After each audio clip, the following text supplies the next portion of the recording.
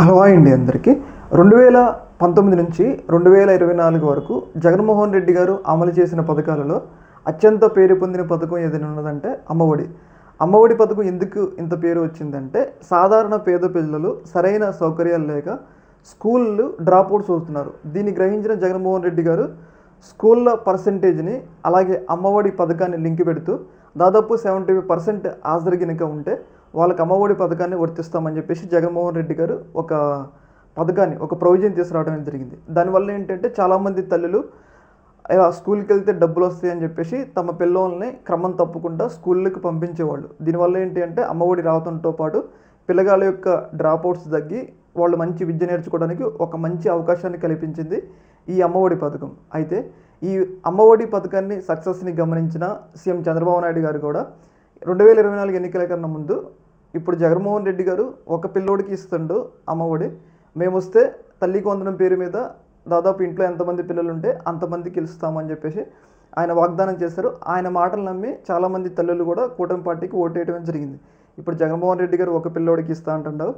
ఇప్పుడు చంద్రబాబు నాయుడు గారు వస్తే ఎంతమంది పిల్లలు ఉంటే అంతమందికి ఇస్తా అంటాడు కాబట్టి చాలామంది మహిళలు కూటమికి ఓటేశారనమాట. సక్సెస్ అయ్యారు చంద్రబాబు నాయుడు గారు. కాకపోతే తీరా అధికారంలోకి వచ్చిన తర్వాత ఇప్పుడు దాదాపు ఒక 1 ఇయర్ పూర్తయింది కూటమి అధికారంలోకి వచ్చి. అయితే ఇప్పటివరకు కూడా ఎలాంటి తల్లికి వందన పథకాన్ని అమలు చేయలేదన్నమాట. అయితే మనకు వస్తున్న సమాచారం ఏంటంటే వచ్చే విద్యా సంవత్సరం అంటే 2025 విద్యా సంవత్సరానికి ఈ యొక్క అమ్మఒడి పథకాన్ని అమలు చేస్తాను అని చెప్పేసి చెప్తున్నారు. కాకపోతే రీసెంట్గా చంద్రబాబు నాయుడు గారు మాటలు వింటే ఈ యొక్క పథకం మీద కొన్ని డౌట్లు అయితే వ్యక్తమవుతున్నాయి. ఒకసారి చంద్రబాబు నాయుడు గారు ఆ మాటలే ఏం మాట్లాడారో వినండి. అదే సమయంలో మీ పిల్లలు స్కూల్కి పోయే లోపల ఆ పిల్లలందరికీ తల్లికి వందనం కింద 15,000 రూపాయలు ఇవ్వడానికి ఒక ఇన్స్టాల్మెంట్ ఎట్లా చేయాలి అన్ని ఆలోచిస్తున్నారు. అది కూడా ఇస్తారు. చూడండి ఇక్కడ ఇన్స్టాల్మెంట్ అన్నారు. ఇన్స్టాల్మెంట్ ఎట్లా చేయాలి అన్ని తల్లికి వందనం కింద 15,000 రూపాయలు ఇవ్వడానికి ఒక ఇన్స్టాల్మెంట్ ఎట్లా చేయాలి అన్ని ఆలోచిస్తున్నారు. అది కూడా ఇస్తా.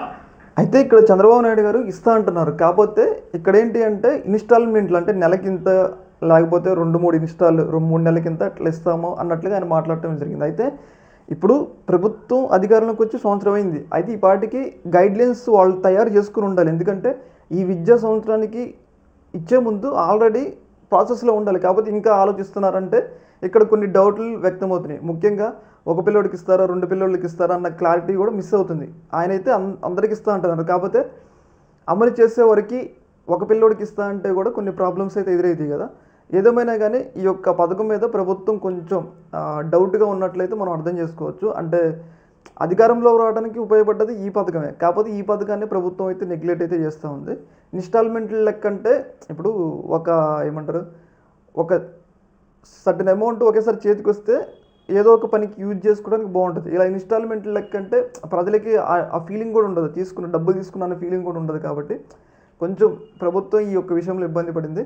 చాలామంది ఏంటంటే ఇది కరెక్ట్ అయినా మీరు ఎన్నికల ముందు ఇలా చెప్పలేదు అన్నట్లుగా ఒక మాట కూడా వస్తుందన్నమాట. మరి దీని మీద ప్రభుత్వం ఎలా ముందుకు వెళ్తుందో చూడాలి. ఈ యొక్క అంశంలో మీ యొక్క ఎప్పుడైనా కింద కామెంట్లో తెలియజేయండి. ఓకే మరి థ్యాంక్ యూ.